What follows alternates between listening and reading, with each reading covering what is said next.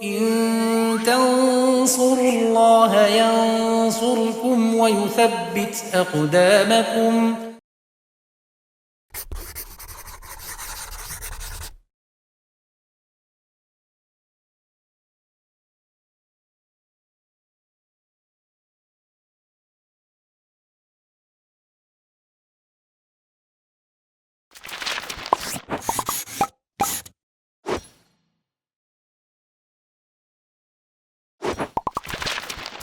Bismillahirrahmanirrahim. Alhamdulillahirabbil alamin wassalatu wassalamu ala asyrafil anbiya'i wal mursalin wa ala alihi wa sahbihi wa man tabi'ahum bi ihsanin ila yaumiddin, amma ba'd.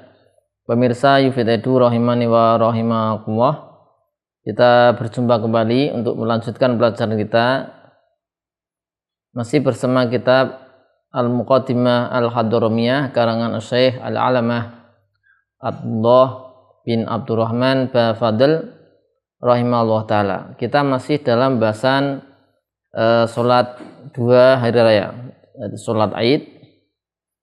Di sini disebutkan beberapa kesunahan di dalam sholat Aid. Kita lanjutkan. Al-Musannif rahimahullah ta'ala mengatakan wal bukuru li ghairi al-imam, ya, yaitu berangkat di awal waktu selain imam.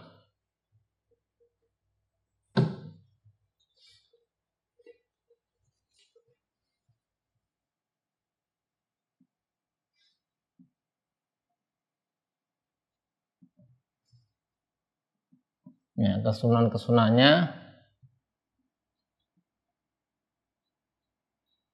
min sunanihi adalah al-bukur li ghairi imam.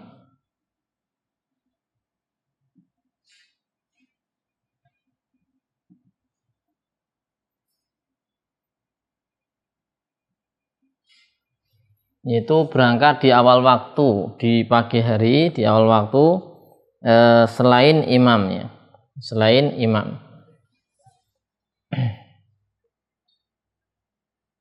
Itu bagi orang yang ingin sholat Id, ya, dari fajar, dia disunahkan untuk berangkat di awal waktu, ya, agar bisa mendapatkan keutamaan dekat dengan imam dan menunggu sholat, ya, agar bisa mendapatkan apa? Fadilah, keutamaan fadilatil qurb,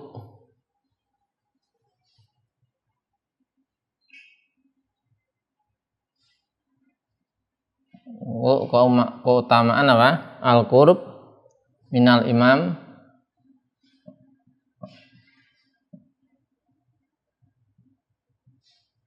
kemudian agar dapat keutamaan intidhar,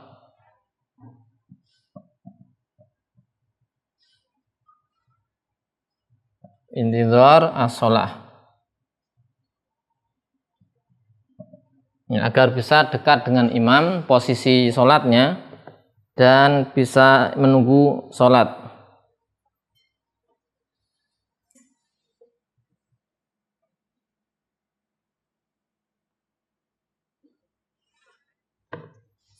Ya, ini ya disebutkan busral karim. Ini jika mereka keluar di tanah lapang.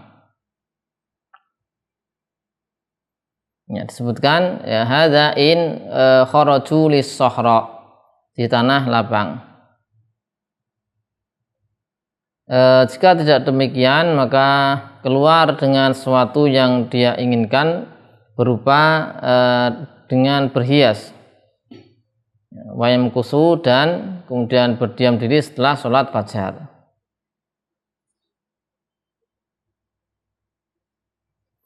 Kemudian kalau ada pertentangan lau ta'arada al-bukur wa tafriq al-fitrah fal aula tafriquha au wal ghusl akhara lahu. Kalau ada pertentangan berangkat di awal waktu atau membagikan zakat fitr, Nanti kalau berangkat di awal waktu, nanti zakat fitrnya tertunda. Nanti misalnya setelah sholat. Tapi kalau membagikan zakat fitri, maka tidak bisa berangkat di awal waktu. Maka dikatakan di sini lebih diutamakan membagikan zakat fitri dulu baru berangkat, meskipun dia akhirnya atau berdampak tidak di awal waktu. Ya, tidak di awal. Tapi lebih diutamakan untuk membagikan zakat fitri dulu.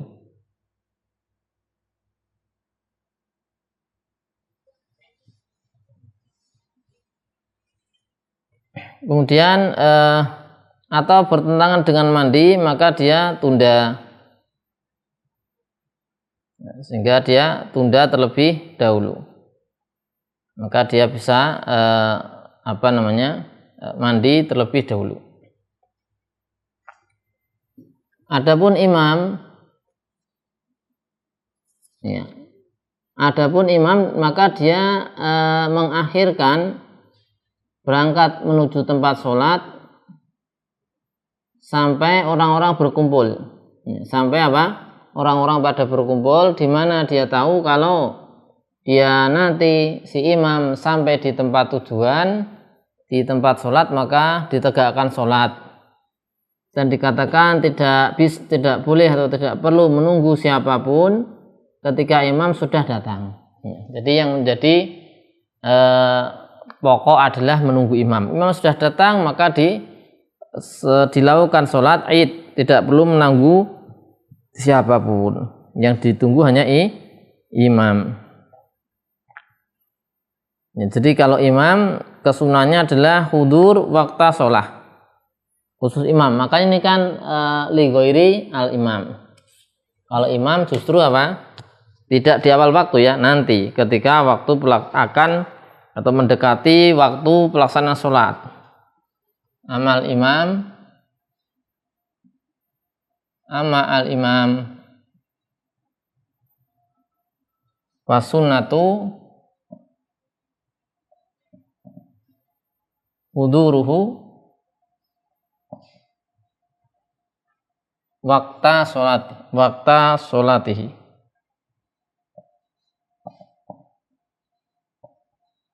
Ya. Jadi pas akan diselenggarakan sholat.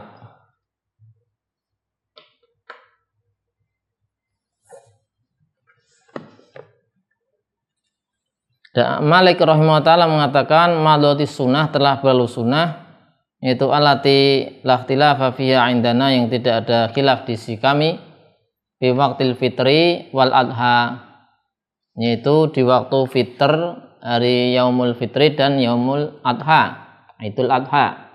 Anal imam yahruju min manzilihi qadra ma yablughu musolahu wa qad halat as-shalah. Basnya imam keluar dari rumahnya seukuran sampai di tempat sholat, kemudian datang waktu sholat. Ada di Al-Muwatta tentang sholat 2 hari raya. Kemudian yang berikutnya, ya, wal masyu zahaban wa ruju'u bi tariqin akhar. Yang kedua atau yang berikutnya, ya, karena sudah ada yang sebelumnya, ada beberapa kesunahan, ini kelanjutannya. Wal masyu zahaban, itu berjalan ketika pergi menuju tempat sholat. Al masyu zahaban, pergi dengan berjalan, ya. Ketika pergi menuju tempat sholatnya dengan berjalan, kecuali kalau ada uzur, ya, dengan berjalan dan berjalan dengan tenang, itu bisa kinah, karena dia seorang hamba yang zahib pergi li khidmati maulahu, untuk itu mengabdi pada maulanya, Rabbnya, maka yang layak baginya, ya, tawadu, ya, agar bisa berhadapan dengan Allah SWT, ya, selama tidak memberatkannya. selama tidak memberatkannya kalau berjalan. Dan ini menunjukkan bahwasanya berjalan itu lebih menunjukkan ketawaduan daripada mengendarai tunggangan. Di orang berjalan menuju sholat Id itu lebih dekat kepada ketawaduan dibandingkan kalau dia mengendarai motor misalnya atau mobil misalnya menuju tempat Id. Karena ini tadi ingin sholat, yang lebih cocok adalah yang mendekati ketawaduan. Meskipun ya tidaklah kemudian berkonsekuensi kalau naik kendaraan menunjukkan kesombongan, tidak, tapi yang lebih dekat kepada ketawaduan itu adalah dengan berjalan. Adapun kalau ada uzur, ya misalnya tempatnya jauh atau dia fisiknya lemah, maka tidak mengapa dia mengendarai kendaraan, mengendarai tunggangan, ya, sebagaimana ketika akan pulang menuju tempat tinggalnya. Di Al-Hadi Al-Mariyah disebutkan wala yundabu lahu dzalika fi ruju'ihi. Tidak ada kesunahan berjalan ketika pulang. Jadi kalau pulang berjalan atau mengendarai tidak mengapa. Tapi kalau berangkat disunahkan berjalan. Kemudian yang berikutnya waruju bi tariqin akhar, waruju bi tariqin akhara aqsara kama fi sa'iri al-ibadati. Waruju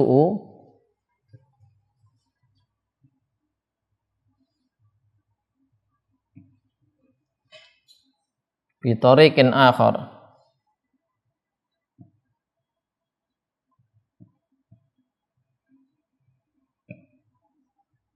aqsara kama fi sa'iril ibadat, kama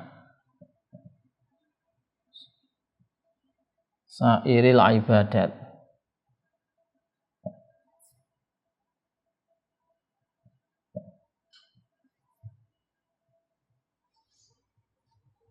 Ya, di antara kesunahan adalah kembali dengan jalan yang lebih singkat, yang lebih pendek daripada jalan ketika pergi menuju tempat sholat.